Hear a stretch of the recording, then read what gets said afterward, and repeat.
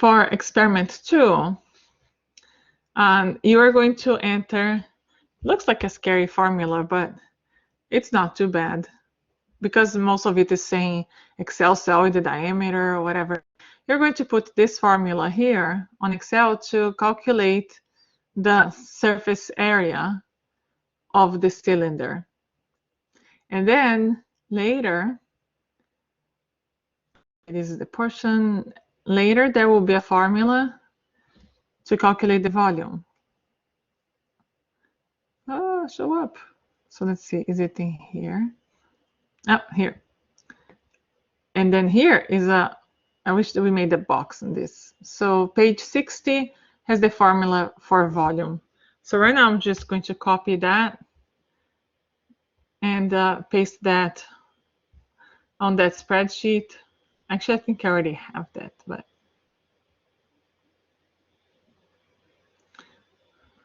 and then I'll share with you the spreadsheet. Mostly at this point, I just want to show you where this information goes.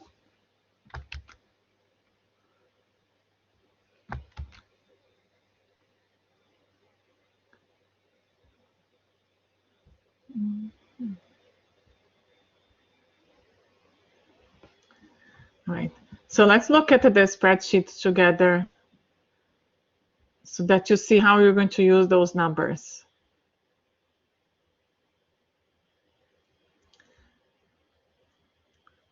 Wait, maybe differently.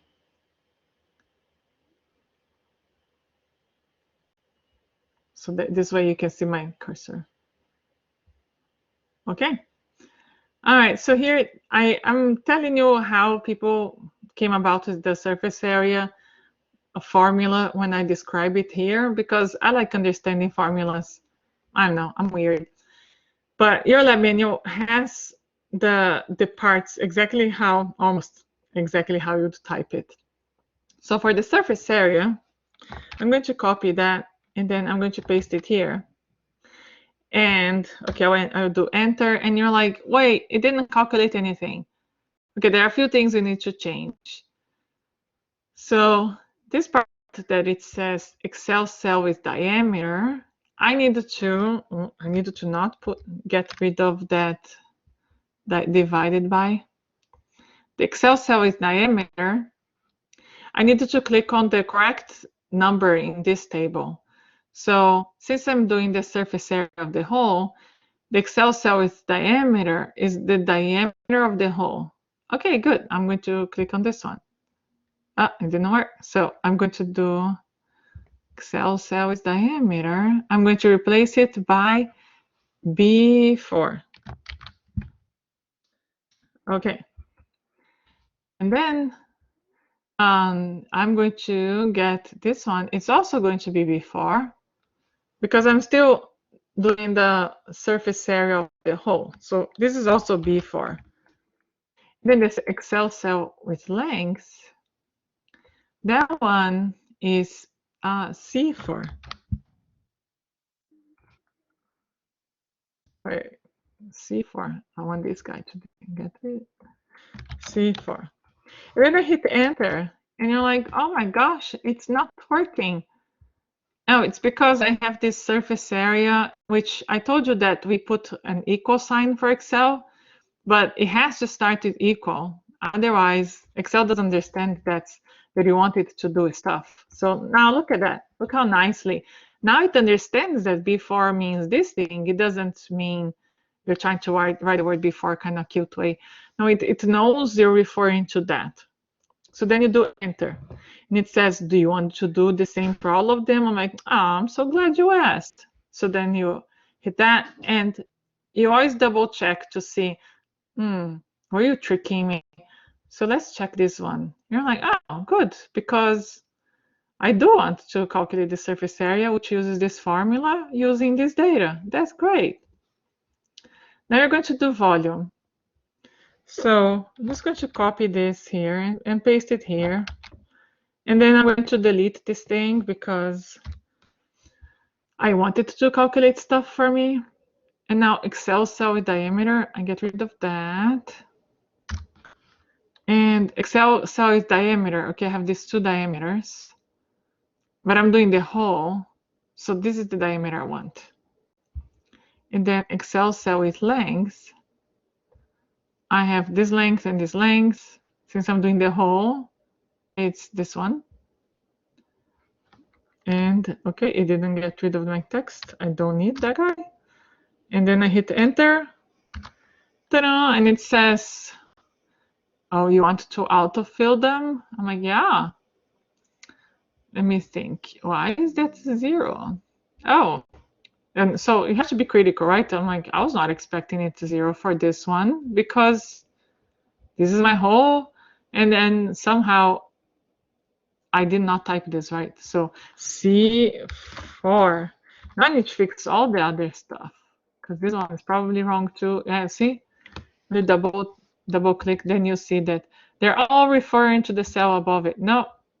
So I'm going to go here, go on the little corner here, drag down, keep watching the numbers. You can look at all of them, maybe the last one. They should all change. So did they? Yeah, so now it's fixed. Good. Okay, this surface area over volume, all we're doing is dividing. So equal that divided by that. And it says, do you want to do the rest? I'm like, sure, I love it. So does it for me. Actually, let me draw your attention to one thing. Like in the midterm exam, I ask you, how do you calculate something? And it will ask you something about pi. And this pi, open close parenthesis, Excel knows what that is. And you're like, oh, I do not know what pi is. You can find out. You can go like equal, write pi, open close parenthesis, and hit enter, and now it tells you this is the number it has stored for pi. All right, this is just to show to you that when you're typing pi, Excel knows what pi is. Isn't that cool? Okay, so then you're going to calculate the volume of the unfed, which is basically the same thing as this. So I'm going to copy this formula and paste it here. Don't autofill yet. Okay, and you're like, hey, it's the same. Well, it's because here I used these numbers for the whole. And here I again used the whole. I should have used the unfed. The unfed are these guys. All right, so let's change. The part that is B4 should have said D4. Okay, let's fix that one. And the part that said C4 should have said E4. Ta-da! And you're like, oh, 0 again. Isn't that weird? And then I go here, I'm like, oh no, look, we are multiplying by E4 and E4 is 0. So if we're multiplying stuff by 0, yeah, it will be 0. That one is okay. So I could do like that. And then you go, okay, the volume fed. So you're like, how do I do that one? Okay, you have the initial volume. You have the part that remained unfed. So you do that by subtraction. You're going to do that minus that. And then, okay, do all of them. So it's saying that this thing, since there was no unfed, then that the whole volume got fed. Okay, it's making sense. So almost the last step. We're going to do this and then a graph, and that will be done. Okay, so here, percentage of the cell fed. So the way I think about this is, if I had this much fed, that would be 100%, because that's the size of that. So, or if I had this number, then that's 100%. How about when I have this? And then in the lab manual, you also have, let's see where it is, on page 60, it will say, on page 60, part 5, calculation 5 says the whole cell volume minus unfed, which you already calculated it as fed, times 100 divided by the whole. So it will be the volume fed divided by how big it was, and then all of that times 100. So you're going to do 100 times, okay, this divided by this, hit enter, and then you're like, okay, does it make sense? You always want to double check before you continue. Was it really 100%? Then you're like, okay, I had 510 millimeters cube to feed, and I fed 510 millimeters cube because there was 0 remaining unfed. So 100% makes sense. And then this one, 4,000 and then 3,000. Yeah, those look like they make sense.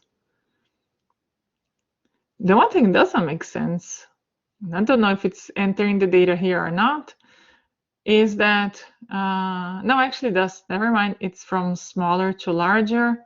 So yeah, the smaller is the most fed, then the medium one, it's not totally fed, and then the larger one's not fed. All right, so last step. I'm going to, you could do the graph in different ways, but I want to show you some special copy and paste.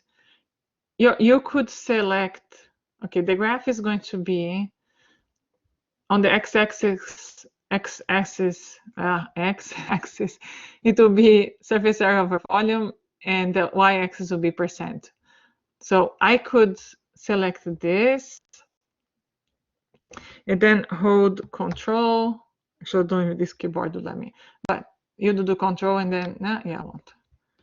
So is that going to be this? Yeah, there you go. Oh, a few more. Okay, so yeah, I could select both of these columns, and if my keyboard allows me, let's see this other keyboard. I think like this. No. All right, so let me show you, since I didn't figure out how to do this too separately, let me show you what I would do, which is what I normally do to show you. You copy this, so I highlighted it and then just did Control C or Command C, or you go Edit and then copy. Then I'm going to paste it here. And if I went Control V or Command V, or even paste, it's going to complain. Well, no. So it's going to complain a different way. But if I did this, now it's complaining, oh, what's the reference?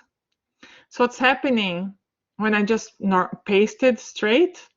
What's happening is it's taking this number divided by this number. And when I pasted down there, it's trying to take a number from the left column and divide by the next one.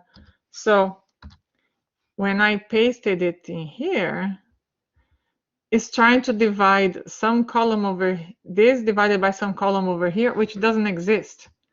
So I don't want to just paste these. Okay, never mind that one. Instead of just pasting, I need to do something called paste special. So I'm going to copy these, Control C. The copying is normal copy. And then I'm going to put here, and I'll do Edit, Paste Special, Values. That's the one I want. And then I'll do the same thing for this guy. So here, copy, so Command C or Control C, depending if Mac or PC. Paste. Okay, I did again the pasting straight. No, I meant paste special, values only. Good. Now I can do the last step, which is building a graph. Insert chart. And now it's asking me what kind of chart. I do want a scatter plot. And maybe I want to do other stuff, but right now I just want to do the scatter plot. And there it is. So for your paper, this is your figure 2. You want to get rid of the title. I told you it's going to go as a legend under your figure. And I think that's it for this figure 2. You're just going to copy that and put it under your, you put on your paper, and then under this you write figure 2 and you write what is figure 2 showing you.